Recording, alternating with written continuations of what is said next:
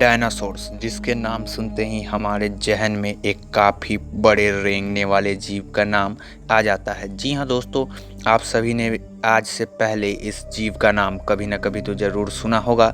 आखिर इतने बड़े जीव का अंत कैसे हो गया?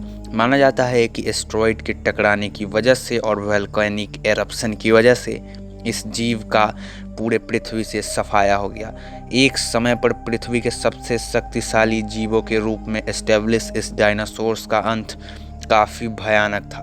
तो आज की इस वीडियो में हम जानने वाले हैं डायनासोर्स के अंत और हम मानवों के जीवन के शुरुआत के बारे में। तो अगर आप इस चैनल पर नए हैं तो चैनल को सब्सक्राइब करके वीडियो को लाइक कर दें। चलिए आज हम चलते हैं समय में काफ़ी पीछे और जानते हैं अपने इतिहास को, history of the earth and life. जी हाँ दोस्तों, डायनासोर्स के अंत के बाद अब बारी थी एक नए युग के शुरू होने की। अब बारी थी एक नए जीव की धरती पे आगमन की। अब बारी थी एक नए जीव के धरती पर आने की। ये वही समय था जब पूरी तरीके से पृथ्वी पर से डायनासोर्स का सफाया हो रहा था। एक एस्टेरॉयड टकराया जिसका डायमीटर लगभग 10 किलोमीटर था और वो टकराने के बाद वो विस्फोट इतना खतरनाक था कि उस विस्फोट से निकली हुई रोशनी से 100 किलोमीटर के दायरे में आने वाले सारे जीवों का अंत हो गया। लेकिन उसी समय कुछ मैमल्स जो कि इस गर्मी से बचने के लिए धरती के अंदर चले गए थे। जी हाँ दोस्तों, जैसा कि मैं आपको बता दूं, डायनासोर्स अंडे दिया करते थे और उनके बच्चे अंडे से निकलते थे, इसीलिए डायनासोर्स मैमल में काउंट नहीं किए जाते हैं। उस समय जब ये एस्टेरॉयड टकराया तो उस समय मैमल्स बचने के लिए धरती के अंदर चले गए और सब कुछ खाना शुरू कर दिया। इस अंत के बाद ही काफ़ी सारे नए जीवों का अब शुभ आरंभ होने वाला था उनके जीवन का, और कई सारे जीव अब अस्तित्व में आने वाले थे। माना जाता है कि उस समय के अफ्रीका में ही आज के जीवन का शुरुआत हुआ था। लेकिन ये सब इतना आसान नहीं था दोस्तों। उस समय कई सारी चुनौतियाँ थी, कई सारे अन्य सारे जीवों से चुनौतियां मिल रही थी और साथ ही साथ इन मैमल्स में अब धीरे धीरे डेवलप करना भी शुरू कर दिया था। जैसे जैसे ये डेवलप कर रहे थे उसी तरीके से इनकी मनोदशा भी बदल रही थी, इनकी सारी काबिलियत भी चेंज हो रही थी और धीरे धीरे इनका ब्रेन भी अब डेवलप करना शुरू कर दिया था। ये अब खाना ढूंढने लगे थे, इन्होंने अब खाना ढूंढना शुरू कर दिया था और खाना खाने लगे थे। इस तरीके से कई सारे मैमल्स इस पृथ्वी पे अब धीरे धीरे आकार में बड़े होने लगे थे और माना जाता है कि आज से लगभग 4.5 करोड़ साल पहले हमारे पूर्वज जो हुआ करते थे वो अपने पैरों पर चलना भी शुरू कर दिए थे और धीरे धीरे वो पैरों पे चलने भी लगे थे। साथ ही साथ माना जाता है कि आज से लगभग 40 लाख वर्ष पहले हम सभी मानवों के जो पूर्वज हुआ करते थे उन्होंने यहाँ पे चलने के साथ साथ खाना बनाना और साथ ही साथ पत्थर से हथियार बनाना भी सीख लिया था।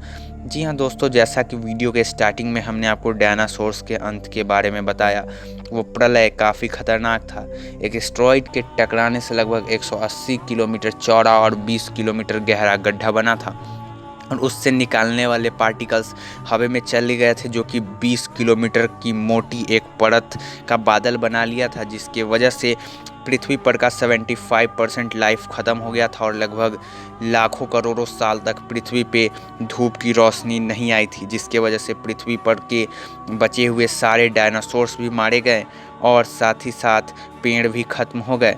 उसके बाद जो मैमल्स डेवलप हुए थे उन्होंने अपनी भाषा भी सीखनी शुरू कर दी, उन्होंने चित्रकारी की, उन्होंने पत्थरों पर अपने औजारों से चित्र बनाने शुरू कर दिए। जिस तरीके से आज हम चित्रकला करते हैं उस समय वो किया करते थे। उनके लिए सबसे बड़ी खोज आग पर काबू पाना और आग का खोज करना था। उन्होंने आग की खोज कर ली थी और साथ ही साथ आग पे काबू भी पा लिया था और आग में पके हुए मांस खाते थे जिनसे उनका एनर्जी बचता था और वो एनर्जी उनके ब्रेन के डेवलपमेंट और आईक्यू डेवलपमेंट में खर्च होने लगा। और इसी तरीके से उन्होंने आग का उपयोग ठंडे में गर्मी और गर्मी में रोशनी पाने के लिए करना शुरू कर दिया। धीरे धीरे उन्होंने अपने आप को डेवलप किया और अलग अलग स्थानों पर बिखरते चले गए और धीरे धीरे पूरे विश्व में वो फैलते चले गए। और इसी तरह उस समय एक और नया मोमेंट हो रहा था, हमारे अर्थ के टेक्टोनिक प्लेट्स आपस में अलग हो रहे थे और वो टेक्टोनिक मूवमेंट धीरे धीरे काफ़ी तेज़ हो रहा था। और जो टेक्टोनिक मूवमेंट हो रहा था वो टेक्टोनिक मूवमेंट के वजह से ही आज का हमारा भारत बना था। माना जाता है कि डायनासोर्स का अंत ही हम मानवों के आरंभ का एक कारण भी था, क्योंकि न उनका अंत होता और न हम मानव आ पाते। इसका मतलब साफ है कि हमारा भी अंत निश्चित रूप से होगा और एक नया जीवन पृथ्वी पे आने का इंतज़ार कर रहा है। हमारे अंत के बाद हो सकता है एक नया जीवन, एक नया जीव पृथ्वी पे फिर से आए। भले ही आपको डरा रही हो, लेकिन ऐसा हो सकता है। उस समय जो भी मैमल्स थे उनका ब्रेन काफ़ी तेज़ी से अब अपग्रेड और डेवलप होने लगा था। उन्होंने आग पे काबू तो पा ही लिया था, साथ ही साथ उन्होंने अब अलग अलग तरीके के आवाज़ निकालने शुरू कर दिए और चित्रकला के माध्यम से अपनी छाप छोड़ने लगी।